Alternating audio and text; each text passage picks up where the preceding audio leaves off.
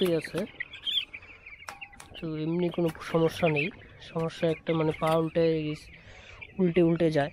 তো এই যে দেখো এইরকম হয়ে গেছে, তো হাঁটতে পারছে না, এদের ভিটামিনের অভাব, ঠিক আছে। তার জন্য আমি ভিটামিন এই যে রিকোভিট, তো রিকোভিট এটার মধ্যে ভিটামিন D3 অনেক অনেক ভিটামিন আছে। তো কিছু কিছু মুরগি আছে না পা উল্টায় যায় বা অন্যরকম ভাব হয়ে যায়, যে ওর ল্যাম না পা উল্টায় যায় বা অন্যরকম ভাব হয়ে যায়, যে ওর ল্যাম হয়ে যায়, হ্যান্ডিক্যাপ হয়ে যায়। তো ওই পাখিগুলা কেন হয় এরকম, এর কারণ কি? তো আমি তোমাদেরকে কারণটা বলছি। কিছুটা বোর্ডিংয়ের জন্য হয়, আবার এমন কি আছে পাখি ঘন যখন মানে পুরো ঘন হয়ে যায় বোর্ডিংয়ে মুরগি, তার কারণেও হয়। এমন কি আছে ভিটামিনের অভাব হয়, তো ভিটামিনের অভাবেও এরকম হয়। তো আমি দেখা যায় আমার ফার্মে মোটামুটি 20-25 পিস ল্যাম হয়ে গেছে। তো আজকে আমার মুরগির বয়স হচ্ছে 5 দিন। তো 5 দিনে আমার মোটামুটি ভালোই মোটামুটি 10-12 পিস মুরগি ল্যাম হয়ে গেছে, এই যে দেখছো। তো এই মুরগিটা খাওয়া দাওয়া করতে পারছে, মানে এইগুলো আমি বাছাই করে একটা ছোট্ট একটা বোর্ডিং করে, তো এরকম একটা আলাদা একটা বোর্ডিং করে রাখছি। তো রাখার পরে তো এই মনে হয় না যে এখান থেকে ভালো হবে, কিছু মুরগি ভালো হবে, কিন্তু এই যে দেখো এইরকম হয়ে গেছে, তো হাঁটতে পারছে না, এদের ভিটামিনের অভাব, ঠিক আছে। তার জন্য আমি ভিটামিন এই যে রিকোভিট, তো রিকোভিট এটার মধ্যে ভিটামিন D3 অনেক অনেক ভিটামিন আছে। তো এইটা অনেক কাজ করবে, ঠিক আছে। যতটুকু আমার যথেষ্ট, মানে এটা আমি মোটামুটি 2 বছর থেকে ইউজ করি, ঠিক আছে। শীতকালে এটা মানে ভালো কাজ করে। তো তোমরা যদি কেউ এরকম মুরগির সমস্যা হয়, তো পা উল্টে যায় বা পা ফাঁক হয়ে যায়, তো এর হাত থেকে বাঁচার জন্য এই রিকোভিট এই ভিটামিনটা ইউজ করো। তো 100% গ্যারান্টি, মানে এর হাত থেকে মুরগি ল্যাম হওয়ার হাত থেকে বাঁচবে।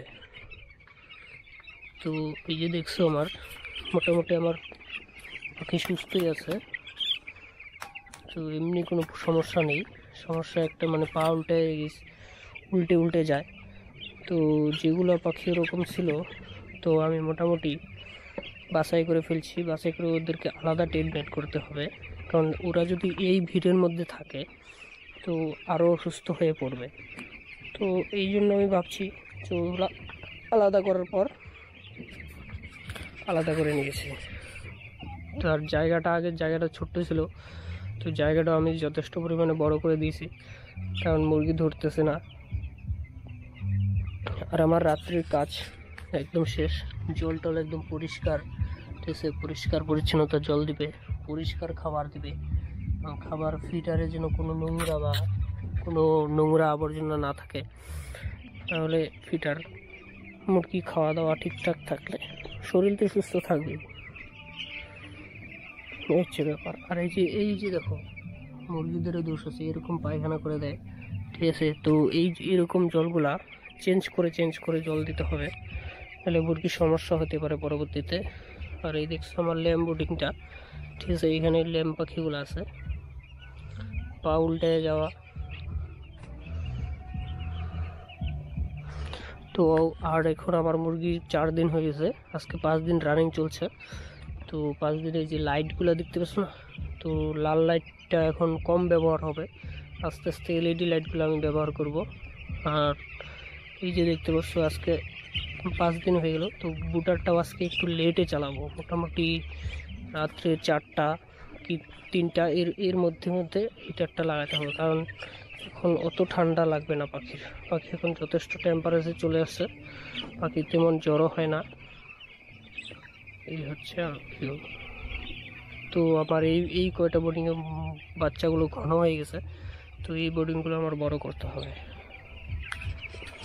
তো আজকের ভিডিও আমার এই পর্যন্তই। তো ভিডিও যদি ভালো লেগে থাকে তো অবশ্যই ভিডিওতে এমন কোন সময় কি মেডিসিন ইউজ করতে হয়, কোন রোগের কি মেডিসিন, তো এইসব জানার জন্য আমার চ্যানেলটিকে অবশ্যই সাবস্ক্রাইব বা ফলো করে রাখো। তো এরপরে নতুন নতুন ভিডিও আসবে আরও।